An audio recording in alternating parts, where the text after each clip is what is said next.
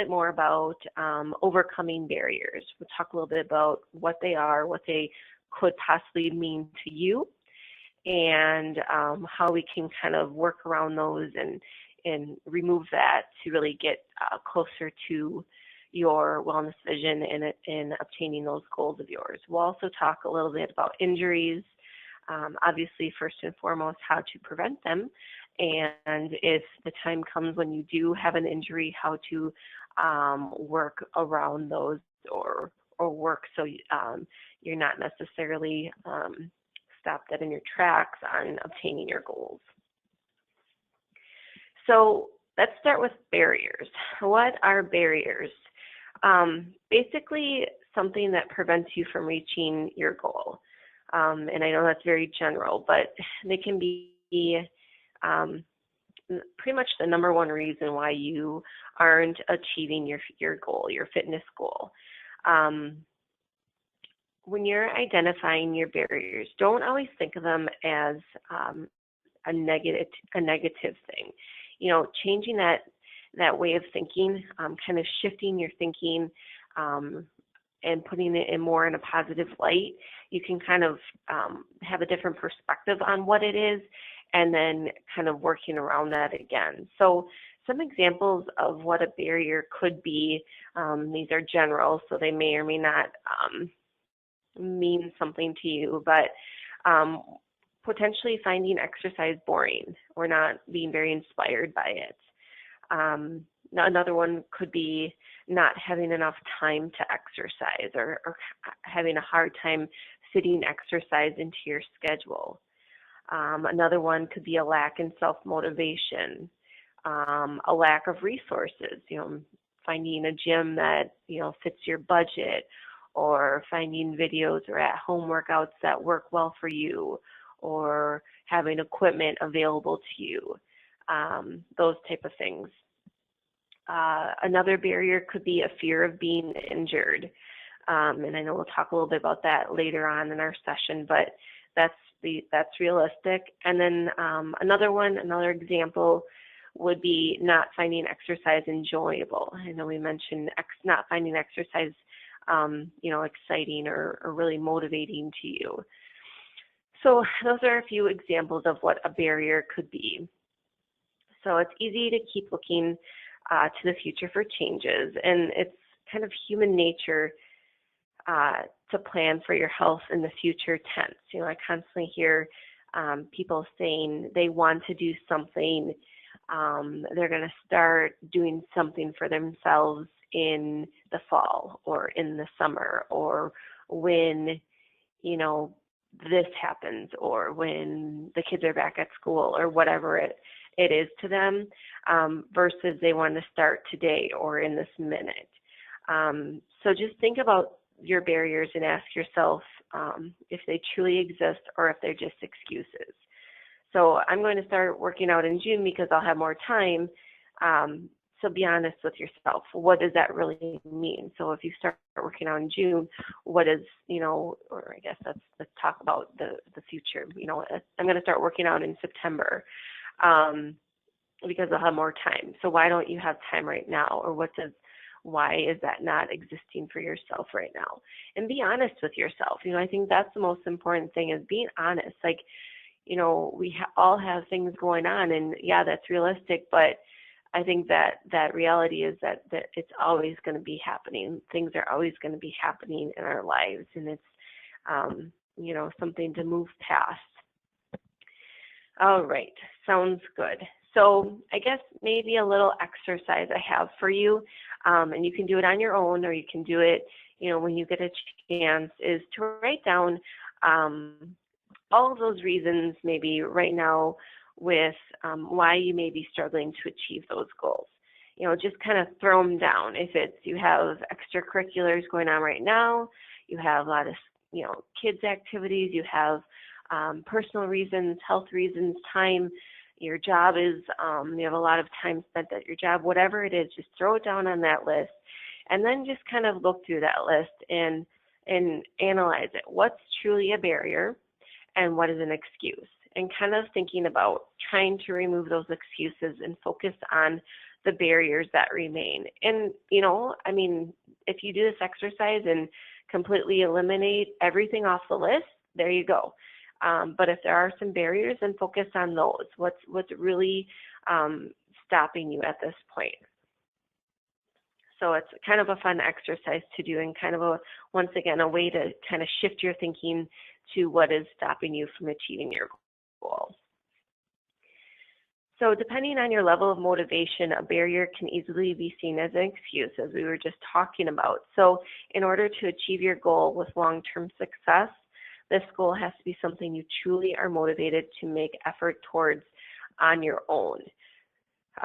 So what do I mean by on your own? Something that you are fully committed to doing because you want to make the change. You know, we talked a little bit about motivation in our first session about, you know, your goal and what you want for yourself, and not necessarily what your spouse wants for you or what your doctor wants for you.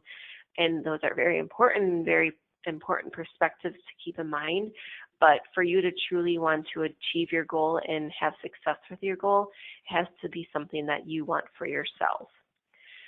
So a few thoughts on trying to eliminate those barriers. You know, when you go through that exercise and you really kind of hone in on what those barriers truly are to yourself, a few ideas to eliminate those barriers could be potentially packing a gym bag so you can exercise right after work or right before work. So it's not, well, I have to go home and get my stuff on, and then I have to feed the dogs and have a snack and yada, yada, yada. It's go right after work or go right before work and do it. Another idea would be to schedule your exercise routine into your daily calendar. You know, if you have a schedule like an Outlook calendar or, you know, your smartphone and you use that calendar, why not schedule a half-hour walk into your day, or schedule, you know, a 5 o'clock exercise class, or, you know, a morning walk with your spouse, you know, whatever it is, schedule it into your day. Join a class or a group exercise class for motivation, either with a friend or with a spouse or somebody who also wants to be there, or, you know, just start showing up and people start noticing, you know, when you're there and when you're not there, and it's kind of that accountability factor. That helps obviously with the motivation. Another idea would be to try an exercise app on your smartphone. If you do have a smartphone that you utilize, make it work for you. There's tons of apps out there. If you're looking to find something specific, let me know and I can do a little bit more digging, but there's so much out there.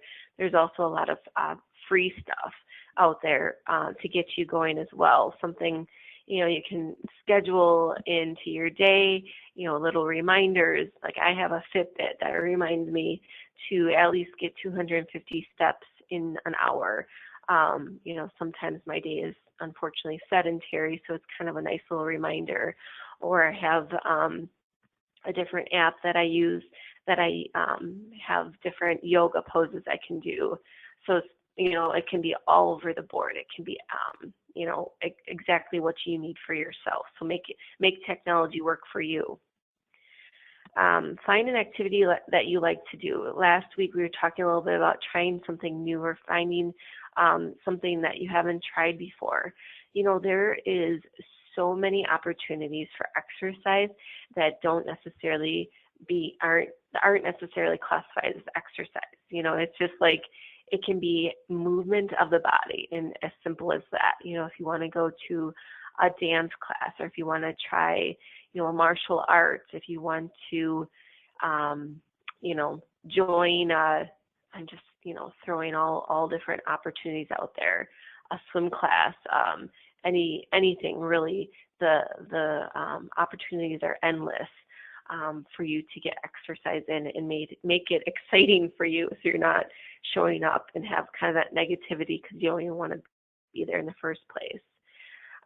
Ask a friend or family member. As I mentioned before, that accountability factor is huge. Also, the social component is kind of something that people need as well when they exercise. Some people do, some people don't.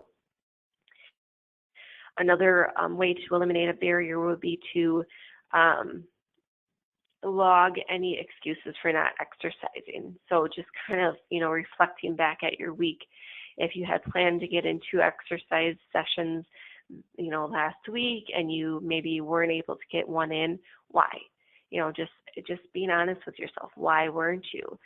Sometimes we can say, well, because I was going to be showing up late and this person, stopped me before I left office, or a client walked in, and that's fine. Just be honest. Obviously, there's certain things that come up. Life happens, but just kind of addressing that and kind of working around it for next time. And then another fun one is to reward yourself for milestones or achieving your goals. Have that like eye on the prize. If you're more of a carrot kind of person versus a stick, you see that carrot dangling in front of you, and that motivates you, have that work for you. If it's buying a new pair of exercise shoes, or treating yourself to, a trip to the spa, or even a mini vacation, or whatever kind of speaks to you, use that to your advantage and reward yourself for those goals. Okay, now we're going to talk a little bit about preventing injuries. So, if you're on your path of exercising, you may or may not have experienced injuries, but, I guess the biggest thing is if you're starting out, or if you're kind of getting back into it or increasing, start slow. You want to obviously do your warm-ups and your cool-downs and making sure your muscles are primed and ready to go, and then to avoid any injury after, making sure you're taking that time to stretch. And if you plan on exercise or increasing your exercise, do so wisely.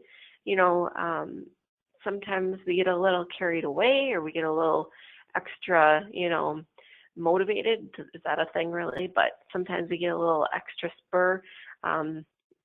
And we want to increase our exercise. Just do so wisely and take that time out for yourself to, really evaluate, is this right for yourself, and is your body responding in the right way? If you do, start to have some hot spots on your body, or you feel a little, pull or a little extra ache, the thing I like to say is ice first and then heat. So make sure you have, ice on that spot. If you start to feel, sore spot, put ice on it for the first 24 hours, and then apply heat and light stretching after that. Movement is best. So, light movement, and say you kind of, tweak the muscle in your neck. Light stretches are keeping that muscle moving. Hot baths are great with Epsom salt. If you haven't tried that, it's wonderful. Massage is great. Either going to a professional or just doing self-massage on that area is great. And then rest is really the best, but not too long. Kind of keeping an eye on how things are going, and maybe starting to test the waters, seeing if that muscle recovers. Our bodies are pretty amazing and can do amazing things with recovery as long as we treat them right. So making sure you take that time you need, but not too long. And just one thing that I do like to say is muscles should feel sore after you exercise, but they shouldn't hurt. So pay attention if something seems off if you need to address that. So, all right. I think I've covered everything. Actually, one other thing I want to cover is, when we were in our younger years of life, we kind of had that mentality of no pain, no gain. And, if you're working hard and you're working out, you should have that pain. But really, I want to stress that pushing yourself too hard can really put you in the opposite kind of spectrum. You can really do some pretty serious damage. So kind of really giving you that caution flag and telling yourself, you really need to take that time out for yourself, and making sure you don't land in your doctor's office with, needing some further surgeries or that kind of unfun stuff. So taking that time to just really evaluate how you're doing for yourself. Another thought too is to cross train. If you're doing the same things over and over to your body, if you're using the same muscles and not giving other muscles a chance, or not giving yourself that proper rest, making sure you're if you're a runner, making sure you get some, maybe some swimming in or some biking in, or if you're a walker, making sure, you're doing some yoga and some lifting, mixing it up and trying to get a full range of activity so your body doesn't get that wear and tear too much on those specific muscles. All right, I think I've covered everything I wanted to for you guys today. So once again, congrats. This is your 5th and final session. And I will send out an email with kind of recapping what that means and making sure you guys get the credit you need. And if you have any remaining questions, or of course, if you need any support over these next few months, please feel free to reach out to me. I am definitely willing and excited to help you through your journey. I know you guys are doing great things, so keep that up and enjoy the rest of your summer. All right, you guys, I will hang out on the call if you need me. Otherwise, take care, and hopefully our paths cross again sometime soon.